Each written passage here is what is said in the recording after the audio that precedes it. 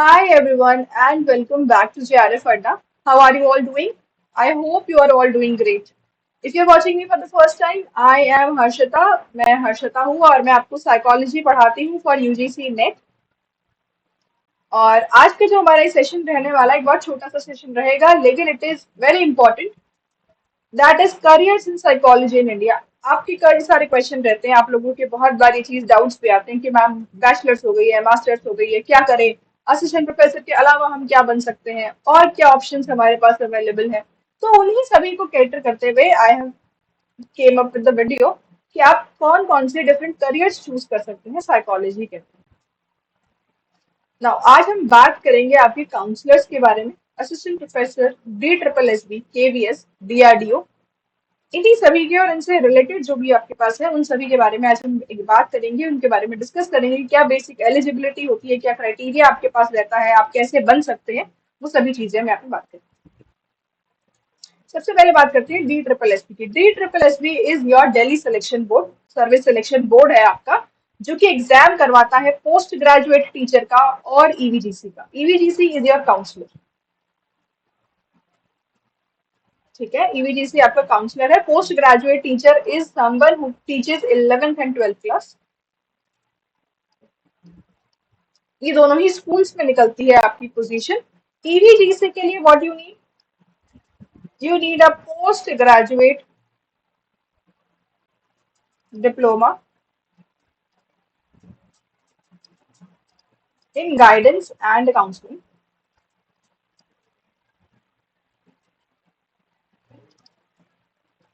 ये आप RCI approved भी कर सकते हैं। जो यूनिवर्सिटीज अगर आरसीआई अप्रूव करवाती है वो भी कर सकते हैं। नहीं, अगर आरसीआई अप्रूव्ड है तो भी कोई इश्यू नहीं है, आप वैसे भी इसको परस्यू कर सकते हैं आगे। बिकॉज यहाँ पे कोई ऐसा पर्टिकुलर क्राइटेरिया नहीं है कि आरसीआई अप्रूव्ड ही होना चाहिए, क्या ऐसा कुछ नहीं है। तो जैसे आपके पास एनसीईआरटी है जो इसको करवाती है diploma, it is one of the best, but यहाँ पे ऑफलाइन होता है। Then you also have Jamia. Jamia online इसको करवाती है पीजीडीजीसी डिप्लोमा को, एंड आई थिंक इसको फिर अपने मास्टर्स करते रहिए, साथ में पीजीडीजीसी डिप्लोमा भी कर लीजिए, तो दोनों चीजें आपके साथ में भी कवर हो सकती है। So I think it would be best कि आप एक ऑफलाइन करें एक ऑनलाइन करें, या फिर आप ऐसे भी कर सकते हैं कि यू कंप्लीट योर मास्टर्स और उसके बाद जाके आप क्या करें, ये एनसीईआरटी का डिप्लोमा कर लीजिए। इसका बेसिक रिक्वायरमेंट बैचलर्स होती है, तो बैचलर्स के बाद भी कर सकते हो, और प्रेफर ये करो कि मास्टर्स पहले कंप्लीट कर लो उसके बाद ये कर लो, या मास्टर्स के साथ साथ में इसको कर लो। तो ये चीजें आप यहाँ पे कर सकते हो। पोस्ट ग्रेजुएट टीचर बनने के लिए आपको क्या चाहिए? आपको चाहिए बीएड। पहले मास्टर्स करो और साथ फिर बीएड। ये दो चीजें आपके पास होनी चाहिए। अब अगर हम पोस्ट ग्रेजुएट टीचर के बारे में बात करें तो यहाँ पे आप देखिए प्राइवेट में भी जा सकते हैं, आपके पास प्राइवेट स्कूल्स में भी आप पढ़ा सकते हैं, और आप पब्लिक बेसिकली आपकी गवर्नमेंट में भी जा सकते हैं और वहां भी पढ़ा सकते हैं। गवर्नमेंट के लिए गवर्नमेंट पोस्ट निकालेगी, जैसे यूपी पीजीटी निकालता है, तो उसमें आपको सिर्फ मास्टर्स की जरूरत होती है। बाकी ये स्टेट वाइज डिपेंड करता है कि कहाँ पे मास्टर्स रिक्वायर करते हैं वो, या फिर मास्टर्स प्लस बीएड मांगते हैं। तो it depends on state to state की भाई कहाँ पे क्या रिक्वायरमेंट है। बेसिक जो हमें माना जाता है that is your masters and BEd, but it can differ from one state to another. जैसे अगर हम राजस्थान की बात करें तो even if you want to be in the private sector, आपको मास्टर्स प्लस बीएड मांगा जाता है, ये आपके पास होना चाहिए। वैसे अगर यूपी पीजीटी में बात करें तो वहां पे सिर्फ मास्टर्स है, और हर आई गेस हर स्टेट में इसकी 11th 12th की पोजीशंस निकलती भी नहीं है, कुछ स्टेट्स में ही निकलती है, क्योंकि मोस्टली स्टेट में हम देखेंगे कि 11th 12th में साइकोलॉजी होती ही नहीं है। तो ये आपको ध्यान रखना है। तो बस बेसिक रिक्वायरमेंट तो ये दोनों तो है ही है। सेफर साइड है मास्टर्स प्लेसमेंट, बाकी you can see in your state. अब बात कर लेते हैं असिस्टेंट प्रोफेसर की। असिस्टेंट प्रोफेसर की बेसिक रिक्वायरमेंट होती है net, but net is not enough, what I prefer. ये मोस्टली अगर आप यूनिवर्सिटीज में देखें, अगर हम प्राइवेट यूनिवर्सिटीज की बात करें पहले, तो वो सिर्फ नेट किए हुए कैंडिडेट को लेते ही नहीं, they require a PhD. Most of the time they require a PhD holder, doesn't matter if they have cleared net और नॉट। तो उन्हें क्या चाहिए? उन्हें चाहिए पीएचडी होल्डर्स। आप बात करें गवर्नमेंट के अंदर तो yes, in government sector your net is enough, अगर आप गवर्नमेंट की बात करते हैं तो वहां पे आपका नेट इनफ है। आप सिर्फ नेट के थ्रू अगर आप एग्जाम्स में अच्छे स्कोर लेके आते हैं, आपका एग्जाम का जो भी रहेगा, साइकोलॉजी का एग्जाम है, फिर अगर आपके जनरल एग्जाम है, उन सभी में अगर आप अच्छा स्कोर करते हैं तो yes you can become a professor. But अगर आप प्राइवेट के अंदर देखते हैं तो प्राइवेट में कुछ यूनिवर्सिटीज चलिए आपको ले लेगी नेट पे, बट वहाँ पे सैलरी बड़ी कम रहेगी आपकी। दैट इज द रियलिटी, वो नहीं देते हैं। और अच्छी और थोड़ी सी बड़ी यूनिवर्सिटीज में जाते हैं तो वो आपसे मांगते हैं पीएचडी।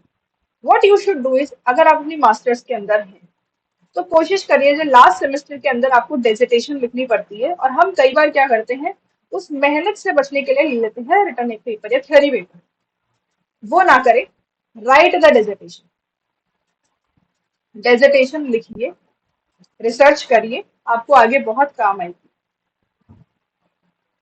उसके अलावा स्टार्ट अटेंडिंग द कॉन्फ्रेंसेस। बहुत सारी कॉन्फ्रेंसेस होती है, जाइए वहां पे देखिए, अपने पेपर्स को लेके जाइए, वहां प्रेजेंट करिए। आपके पास एक स्कोर होता है, एपीआई स्कोर, आपके असिस्टेंट प्रोफेसर बनने में, या इवन कॉलेजेस ये सब चीजें देखिए, तो इसके अंदर आपको इन सभी चीजों के मार्क्स मिलते हैं। नाउ अब अगर नेट हो गया है तो you can either go for AP. अब एपी में अगर आप गवर्नमेंट के अंदर चले जाते हैं और हो जाता है, बहुत अच्छी बात है, गो फॉर इट। अगर नहीं होता है तो you can also go for PhD. आपको बहुत सारी यूनिवर्सिटीज नेट के साथ में पीएचडी करवाती है, तो आपको करनी चाहिए आगे पीएचडी, करो। क्योंकि देखो बहुत सारे कॉलेजेस में रहता है कि आपको स्टाइपेंड मिलता है, साथ साथ में हो जेआरएफ के लिए प्रिपेयर कर लो और एग्जाम्स के लिए प्रिपेयर करो, और क्या करो, अपना पीएचडी कर लो। तो एक तो पीएचडी हो जाएगी कि देखो करनी पड़ेगी। अगर असिस्टेंट प्रोफेसर वाली लाइन में जाना है, एकेडमिक्स में जाना है, तो पीएचडी इज समथिंग कंपल्सरी, मानिए कि 11वीं 12वीं पास करना कंपल्सरी होता है ना आगे बढ़ने के लिए, तो पीएचडी इज जरूरी अगर आपको ये प्रोफेसर वाली लाइन के अंदर जाना है। तो आज करो कल करो, इससे अच्छा है साथ साथ में करते रहो, तो इतना जोर नहीं आएगा। बीच में अगर ब्रेक ले लोगे और फिर कंटिन्यू करोगे तो बहुत जोर आएगा। तो बहुत सारी यूनिवर्सिटीज आपको स्टाइपेंड प्रोवाइड करती हैं, साथ साथ में प्रिपेयर करते रहिए एग्जाम के लिए। जब तक वो नहीं होता है तब तक ये ले लो, उसके बाद अगर वो हो गया तो फिर आपको जेआरएफ मिलना स्टार्ट हो जाएगा, तो that will not be issue. वो भी एक अच्छा चीज है कि चलो ठीक है, फिर आपके पास एक अच्छा अमाउंट आ रहा है। तो प्रेफर करो कि आप ये करिए। अगर जेआरएफ हो गया है तो करना ही करना है ये। तब ये नहीं सोचना है कि पीएचडी करें या नहीं करें, पीएचडी ही करनी है फिर तो। अगर गवर्नमेंट की साइड से एपी में हो जाता है तुम्हारा तो obviously go for it, otherwise go for a PhD definitely. और कई बार जो आपका, अगर आपने नेट क्लियर करा है तो रिसर्च असिस्टेंट की पोस्ट भी आपके पास निकलती है। ये भी अलग अलग, जैसे हॉस्पिटल्स में कई बार निकल जाती है, अलग अलग डिपार्टमेंट्स में निकल जाती है फॉर साइकोलॉजी। तो इसके लिए भी यू कैन अप्लाई। इसमें भी कई बार जो एक क्राइटेरिया होता है वो नेट का ही क्राइटेरिया होता है कि you should have a net. और मोस्ट कई बार, मतलब नॉट ऑलवेज, बट कभी कभी तो हमें ये भी देखने को मिलता है कि वो मास्टर्स वाले कैंडिडेट्स को भी लेते हैं, but that is a rare chance, not always. तो ये आपको, you have to look for it, continuously look for this, कि कहीं पे इस तरह का कोई पोजीशन निकला हुआ है तो go and apply for that. So these are the things that you should know. Then we also have DRDO.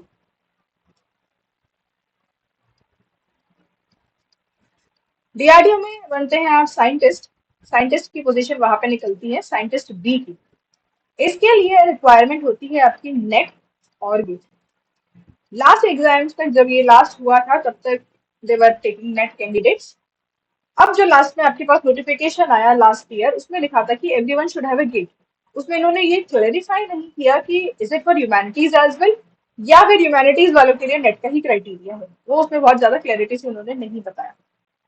तो अपने लिए क्या बेनिफिशियल हो सकता है, हमारे लिए बेनिफिशियल हो सकता है कि हम गेट भी कर लें। और गेट करना कोई मुश्किल बात नहीं है, इंजीनियर्स के लिए मुश्किल होगा, बट अगर आप ह्यूमैनिटीज बैकग्राउंड से और आप नेट की प्रिपरेशन कर रहे हैं, अगर साइकोलॉजी में नेट अच्छे से नेट प्रिपेयर किया है, नेट क्लियर भी कर लिया है, तो गो फॉर इट। आराम से गेट तो बहुत आसानी से निकल भी जाएगा। आई वोंट से कि भाई बहुत ज्यादा वो लगेगा तुम्हें, क्योंकि तुमने इतना प्रिपेयर करा, you have prepared for a period. आपने नेट के लिए प्रिपेयर किया है, तो नेट के लिए प्रिपेयर करना और गेट का सिलेबस साइकोलॉजी के लिए सेम है, तो you can easily crack the psychology portion. थोड़ा सा जो आपका एप्टीट्यूड वाला चीज है उसके लिए आपको थोड़ा सा पढ़ना पड़ेगा, जैसे मैथमेटिकल रीजनिंग वगैरह आती है, थोड़ा बहुत वो आप देख सकते हैं। Otherwise you can easily clear the GATE, थोड़ा सा पढ़ के आप आराम से जाके एग्जाम क्लियर करके आ सकते हैं। तो दिस यू शुड रिमेम्बर, पढ़ना है, लेकिन ऐसा नहीं है कि बस पढ़ना ही नहीं है क्या। पढ़ना तो है। तो अब जैसे इस साल का तो हो गया है गेट, नेक्स्ट ईयर 26 में आने वाला है। तो अगर देना चाहो तो ये दो, 26 के अंदर ये पेपर दो। तो इसके अलावा एक तो साइंटिस्ट है। फिर आपके पास ये साइंटिस्ट की पोजीशन ना कई बार स्टेट में भी निकलती है, स्टेट गवर्नमेंट भी आपकी निकालती है। तो that is something you should look for कि आपके स्टेट में अगर ऐसी कोई पोजीशन निकली हुई है तो उसके लिए आप फॉर्म फिल करिए और एग्जाम दीजिए।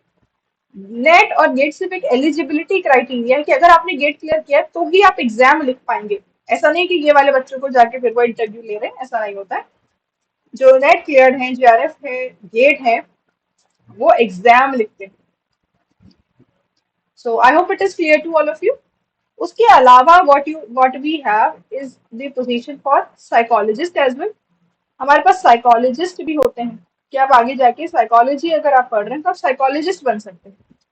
साइकोलॉजिस्ट और आपने कहीं तो क्लिनिकल साइकोलॉजिस्ट, इसके लिए आपको चाहिए एमफिल। मास्टर्स के बाद एमफिल करनी पड़ेगी। मास्टर्स के में मैं देखती हूँ बहुत सारे जो होते हैं वो क्या करते हैं, मास्टर्स हो गई और अपने आगे बोलना चालू कर देते हैं psychologist, I am a psychologist.